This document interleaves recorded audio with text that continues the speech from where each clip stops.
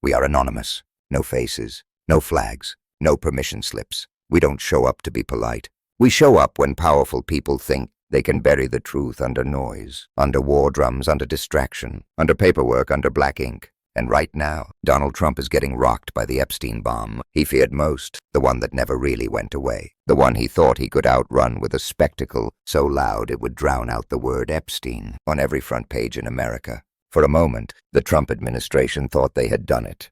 They thought they had successfully moved Epstein out of the headlines by capturing Nicolas Maduro and launching a military invasion of Venezuela. And here's the part that makes it so cynical, it almost makes you sick. The capture itself was successful in the narrow, tactical sense. Reports say U.S. forces captured Maduro in Caracas during a U.S. operation on January 3, 2026. The mission was violent, with significant casualties reported, and it triggered immediate international backlash. Maduro ended up in U.S. custody and appeared in federal court in New York, pleading not guilty and calling it a kidnapping. But even as Trump tried to frame it as strength, the bigger picture looked like chaos. Who runs the country now? What happens next? And how does the United States avoid getting dragged into the kind of nation-building nightmare America claims it never wants again? Because what comes after the raid isn't a victory lap. It's the grind. It's the occupation questions. It's the boots-on-the-ground conversations. And it's the reality that the regime wasn't even fully removed.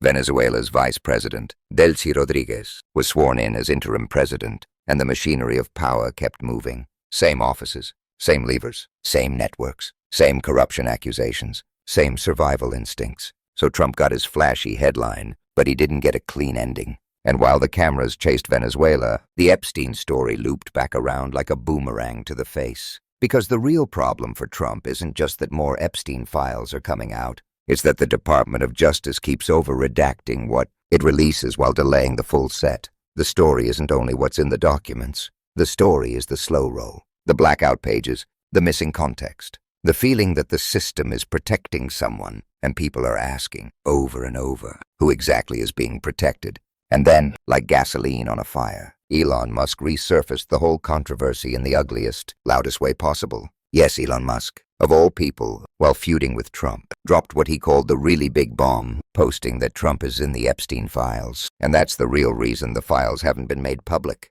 Musk didn't provide evidence in that post, but he knew exactly what he was doing. He wasn't trying to be subtle. He was trying to make the entire country say the sentence out loud. Trump, Epstein, files, together. And he did it while insisting. Basically, I was inside. I saw how the machine works. And let's be clear about what that means in the public mind. Whether you like Musk or you don't, Musk had proximity to power. He had proximity to the people who touched the information. He framed himself as someone who had access to data and internal processes. So when he says, I know, it hits differently than when some random account says, I heard. It becomes a weaponized insinuation, a pressure bomb, a way to shove the story back into the center of the room and dare Trump to explain why transparency keeps coming with 1,000 black bars. Then you've got the Pam Bondi clip that keeps circulating. In that clip, Bondi says the Epstein client list is sitting on my desk right now to review, and she mentions reviewing JFK files and MLK files too, saying it was a directive from President Trump. So Trump's people try to sell you this image of control, like they're the gatekeepers of truth, like they're bravely reviewing history itself. But what happens in reality is delay, confusion, and a release that critics call incomplete and heavily redacted. And here's the part that blows up Trump's whole distraction strategy. On January 3, 26, Democrats on the House Oversight Committee pointed out a brutal little detail. That day was the statutory deadline for the DOJ to explain its redactions in the Epstein file productions. They posted, dripping with sarcasm, "We are sure it's just a coincidence." And then they added the line Trump hates most. "We have not forgotten, and we won't let up," regardless of what they described as the president's unconstitutional actions. That's the message. You can invade a country. You can kidnap a leader. You can flood the news with crisis. But you don't get to erase the deadline. You don't get to memory hole the accountability. And in the middle of all this, commentators pointed out something that made Trump's little plan look obvious. One day, Epstein wasn't even on the front page of the New York Times, after dominating headlines for months. That's what Trump wanted. He wanted the silence. He wanted the story to slip. He thought he could get oil out of Venezuela and knock Epstein out of the headlines at the same time. But it's not that simple. because paper trails don't disappear just because you light a bigger fire somewhere else. And then comes the letter. The one that makes this smell like a cover-up in capital letters. Legal commentator Harry Sisson and others highlighted that Trump's DOJ admitted in a letter to a federal judge that they've reviewed less than 1% of the Epstein files. Less than 1%. Let that sink in. The DOJ has posted about 12 285 documents totaling roughly 125,575 pages to a DOJ Epstein Library webpage, while acknowledging more than 2 million documents are potentially responsive and are still in various phases of review. 2 million. And you're telling the public you're moving as fast as you can. People look at that, and they don't see careful victim protection. They see a choke point. They see a bottleneck built by design. They see a system that can move mountains when it wants to prosecute poor people, but suddenly becomes a sleepy bureaucratic snail when the powerful might be embarrassed. And that's why critics are saying this isn't just a scandal. It's a cover-up bigger than Watergate in size, scope, and scale, because it's not confined to one smoky back room. It's across agencies, FBI, DOJ, political appointees, the whole pipeline, the whole slow roll. And then there's the international angle that makes it even darker. According to newly released emails reported by multiple outlets, Epstein appeared to position himself as someone who could offer Russia insight into Trump, even referencing Russian officials and implying he'd discussed Trump with Russia's UN ambassador Vitaly Churkin before Churkin died. One viral excerpt reads like this: "Churkin was great. He understood Trump after our conversations. It is not complex. He must be seen to get something.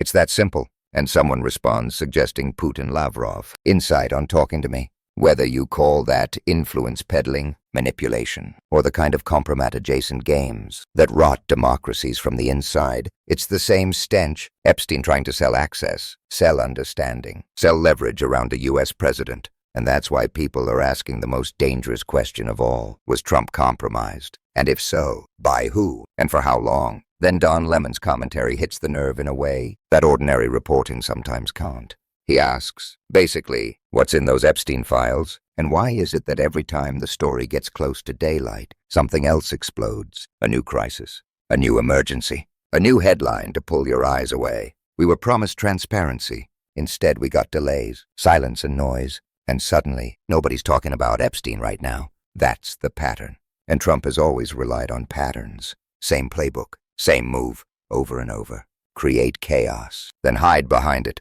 Oversight Democrats also said the Epstein file production they received last month was incomplete and overly redacted, with entire pages blacked out and zero explanation. They called it a clear obstruction of justice for survivors and a barrier to accountability for co-conspirators. And then the survivors themselves escalated the pressure. They came out calling for Trump to be impeached over the handling of the file release. And yes, the political math is shifting in a way that makes that threat feel less like fantasy. Representative Doug LaMalfa died, Marjorie Taylor Greene resigned, and a special election in Texas is expected to add another Democrat.